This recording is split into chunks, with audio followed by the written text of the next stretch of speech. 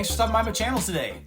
Well, this is it, folks. It's the last episode in this foundational series I've decided to call Rob's Music Codex. It's the way that I interpret how the world works. Well, the music world anyway. And how it applies to guitar. So this is all just a blend of some of the stuff that I used to teach some of my students all the way back into 1998. It's also some of the stuff that I implemented into my personal practice routine along the way after I stopped gigging about 5 years ago. The main thing I want you to be able to take away from all this is that these fundamentals are applicable across most instruments. Outside of some of the technique involved, like on a bassoon or something, I don't really have the chops to teach anyone bassoon, but I'm sure that anyone who wants to learn music can at least take away something from this series. Anyway, before I start to get a little emotional over here, let's keep it moving. It's the modes episode. Alright, so let's zoom out a little bit. If pentatonics are the 5-note version of the major scale, modes are the full 7-note versions. It's the same idea, just more notes to work with, which gives you more options and even more notes to pull from in your solos and the melodies that you create. Sprinkle in some chromatics, and the soloing world is your oyster just waiting to be cracked open. And then you can become some giant guitar shredder on TikTok, which I think, might be the goal. I really don't know anymore. Each mode starts and ends on a specific note within the major scale and has its own thing going on. So these modes are all built off the major scale. The Ionian mode is your major scale. Aeolian is going to be your natural minor. There are other modes like Dorian, Mixolydian, Lydian, Phrygian, and Locrian. They all have their own distinct flavor. Now, here's where I think a lot of people start to get confused. I'm going to try to clear it up for you right here, right now.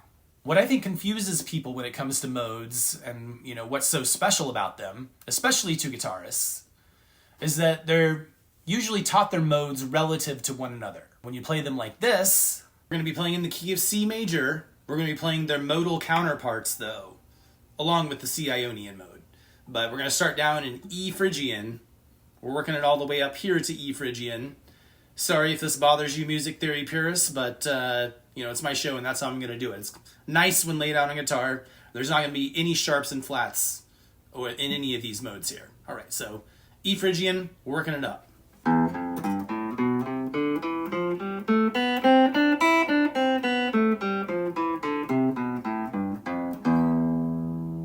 F Lydian.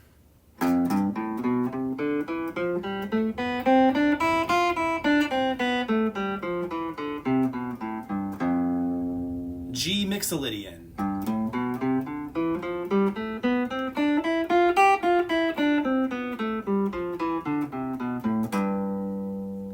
A Aeolian.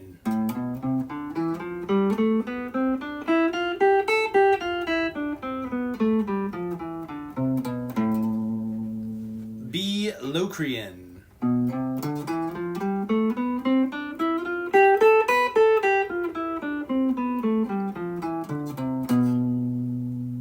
C Ionian.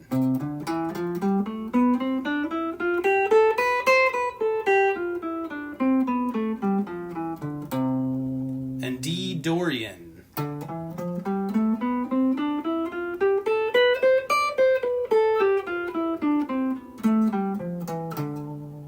And E Phrygian. Alright, so like I was saying, when you play them like that, then yeah, you're playing the modes as they are, but you're also just playing the same notes to the ears. So you're just starting on a different degree of the major scale, and you're ending it an octave higher. So the way to really understand modes is to play each one in the same key. Then you're going to be hearing the differences between them. That's because you'll be playing different intervals between each degree in each mode, and you're going to hear it all in the same key. So that's what really makes them all stand out. If you're playing them like I showed you in that previous example there, then yeah, you're playing the modes, but you're playing in the key of C major, which is also A minor. It's also the same notes as G Mixolydian or D Dorian and so on. These are the same notes, no sharps or flats. So you don't really hear the differences between those modes a whole lot. But the good part about doing this is that you're creating your fretboard map for yourself. So you can play these modes relative to one another and link them together, but the listener is going to be interpreting this as you just playing in the same key. So when you play all the different modes in the same key back to back, then you're going to hear the flavors of each mode and what makes it unique and usable. All right, I'm just going to play every single one of those modes in the key of C. All right, here we go. C, Phrygian.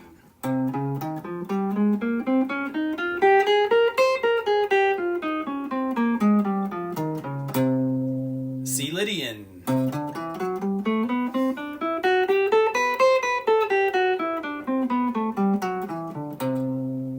C, Mixolydian.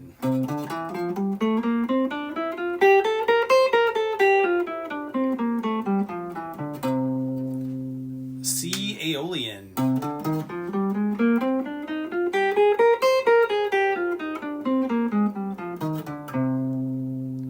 C, Locrian.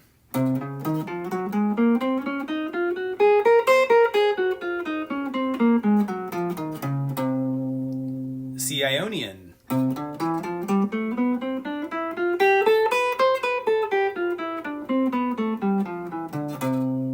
And C, Dorian.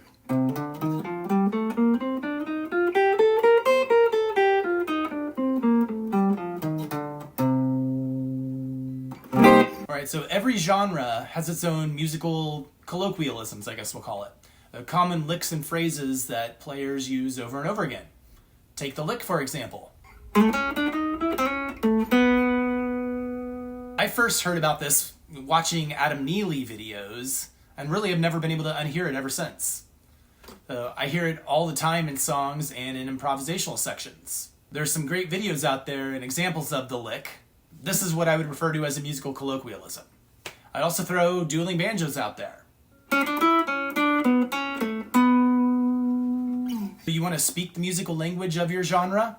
Start by learning these scales, and then some of the phrases of some of the musicians that you love. Rip off a few of these licks from your favorite artists and songs and from different genres. You know, that's how you build a musical vocabulary. Then you just overlay the according scales to those licks, and you'll start to internalize everything and start popping off licks of your own before you know it. So once you've got scales under your fingers, incorporate a metronome or make a beat on GarageBand or some beat making app. I like to use DM1 Drum Machine or Funkbox. You know, it's really easy to set up, so try that on for size. If you don't know how to do it, watch a YouTube video on it. We'll save making beats and soloing for their own episodes, but just look into it for right now and see where you want to go with it. Building that internal metronome is critical, so you really need to be practicing with some type of rhythmic guide. It'll really help you to be able to lock into the tempo, and it's really a necessity for all musicians. Use some type of beat or metronome when you practice these scales, and really everything including warm-ups and chord progressions. Now, you probably won't need your metronome when you're sitting by a campfire and, you know, singing Dave Matthews Band songs to your four friends who all wish they had more beer. Not that I know anything about that or that there's really anything wrong with that. It just happens sometimes. Anyway, the big takeaway from all this is that scales are crucial for understanding how music works, especially on guitar. Scales, they help you to understand everything from, you know, the right notes to hit, you know, how to create melodies, how to outline chord changes, and really how to see the guitar neck more clearly. Once you see how pentatonics, triads, modes all connect and lay over each other, the fretboard stops feeling like a puzzle, and it really starts to feel more like a close friend. You will begin to build your own musical voice using these methods. All right, now time for album of the day. So for this episode, I could basically choose about anything I want, which is pretty exciting for me. Everyone uses modes, even though they don't think they're using modes. So with that, I decided to choose one of my favorite albums of all time. And, you know, really there's a lot of them, to be honest, but this one is a laid-back instrumental funk jazz masterpiece. It's A Go-Go by John Scofield. Hey, if you've never heard this one before, you should really go listen to it. This is one of those brilliant and groovy modern jazz albums that you're likely to hear out there. So John Scofield, he hired the jazz trio Medeski, Martin, and Wood to play as his backup band on this one. And they alone are one of my favorite jazz-funk combos of all time. So, not to mention, the John Scofield has one of the most unique guitar styles you ever heard before. He played with Miles Davis in the 1980s, and he's just one of those artists that, you know, he only has to play about 2 or 3 notes until you know exactly who it is. You're like, oh my gosh, that's John Scofield. So, A Go-Go. Go check it out. All right, friends, we did it. Scales. Now, I know I went through that pretty quickly, and, you know, this is really just the tip of the iceberg.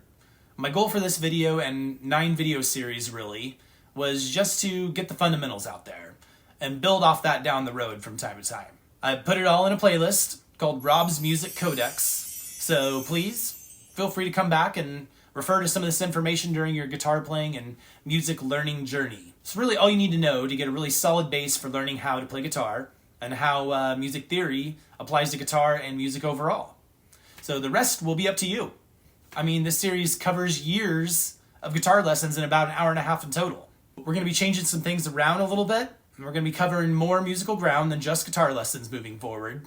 I just wanted to get this introductory series out there for anyone who is either a complete beginner or an intermediate, or you just want to brush up on some guitar fundamentals and technique and music theory. This is the system I would use to learn guitar as fast as possible and to move on to gigging and songwriting. If you want to take this stuff to the next level, definitely check out some of my favorite guitar educators on YouTube. Rick Beato, Tomo Fujita, Tim Pierce, and Frank Vignola, just to name a few. Those guys are all truly masters of the fretboard and already have plenty of videos that can break this stuff down even further for you. If you've made it this far in this series, I just sincerely want to say thank you. You've already learned a ton already.